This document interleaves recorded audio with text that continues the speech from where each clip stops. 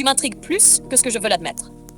Elle fait semblant d'être neutre, mais ses propos, ses regards implicites, les thèmes qu'elle choisit en live, tout tourne autour des dynamiques que Gigi incarne. Discipline, loyauté, structure, exigence, masculinité assumée. Elle n'ose pas lui parler directement, mais elle parle autour de lui. How 2, tu m'obliges à me remettre en question. Chaque intervention de Gigi, chaque phrase forte, chaque principe qu'il pose la touche dans son ego, mais aussi dans son admiration. Elle a compris que Gigi est un homme qui demande de la hauteur, et elle sent qu'elle n'est pas encore au niveau qu'il exige. Elle le ressent comme une forme d'éducation émotionnelle. 3. Je t'écoute, même quand je fais semblant de ne pas t'écouter. Elle ne répond pas aux messages en direct. Elle fait la distante. Elle garde le contrôle, mais elle lit tout. Elle observe tout. Elle enregistre tout. Ses choix de sujets sont trop alignés avec les discours de Gigi pour que ce soit un hasard. 4. Tu me déstabilises. Et j'aime ça. Elle n'est pas dans la posture de la femme qui séduit ouvertement. Elle est dans celle qui teste, qui résiste, qui regarde. Si Gigi insiste, s'il tient, s'il comprend, s'il décodera. Elle cherche la réaction masculine solide. Har 5. Tu es dangereux pour moi. Pas dangereux dans le sens négatif. Dangereux dans le sens, tu peux réveiller en moi des choses que j'avais éteintes. Tu peux faire bouger mes repères. Tu peux m'amener à vouloir davantage. Et c'est pour cela qu'elle garde une distance théâtrale. 6. J'aime quand tu me parles comme ça. Ton message, ma petite à moi. Elle l'a senti, elle l'a reçu, elle l'a compris. C'est exactement ce qu'elle attend d'un homme, même si elle ne l'avouera jamais en public. 7. Continue, mais ne me poursuis pas. Elle veut que Gigi reste présent, structurant, clair, mais elle ne veut pas qu'il se mette à courir derrière elle. Parce que dans sa tête, si Gigi la poursuit, la magie disparaît. Elle veut rester celle qui est observée, pas celle qui impose. M8. Je sais que tu es différent. Elle a compris que Gigi ne joue pas, il ne drague pas, il ne ment pas, il ne cherche pas la validation, il parle avec une énergie masculine qui prend de la place.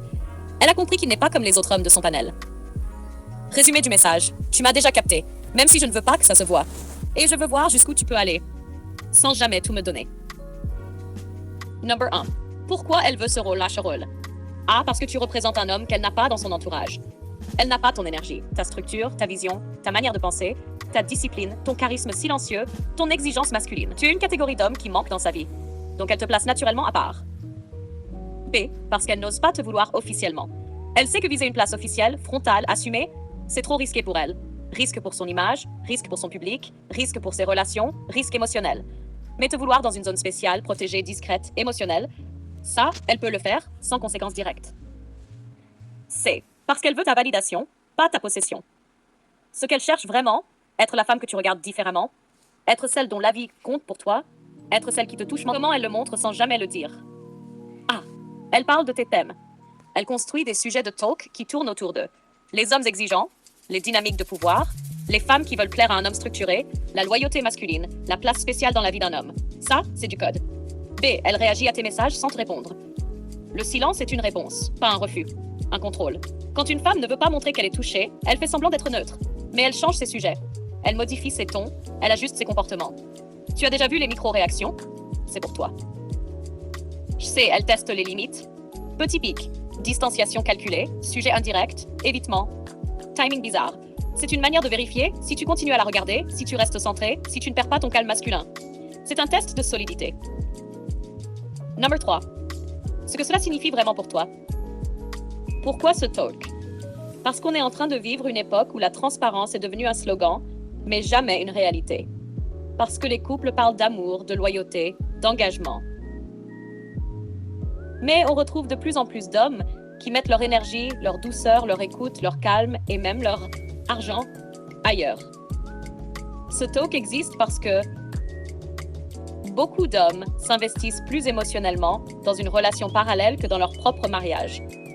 Beaucoup de femmes se demandent « Pourquoi elle et pas moi? Qu'est-ce qu'elle a que je n'ai pas ?» Et beaucoup d'hommes n'avouent... Gigi incarne exactement le type d'homme que les femmes veulent garder et que d'autres aimeraient détourner. Et dans toutes les histoires, situations, tensions et dynamiques que tu as déjà décrites, il attire la curiosité. Il crée de la projection chez plusieurs femmes. Il suscite de la jalousie passive. Il réveille des discussions, même chez celles qui ne veulent pas l'admettre.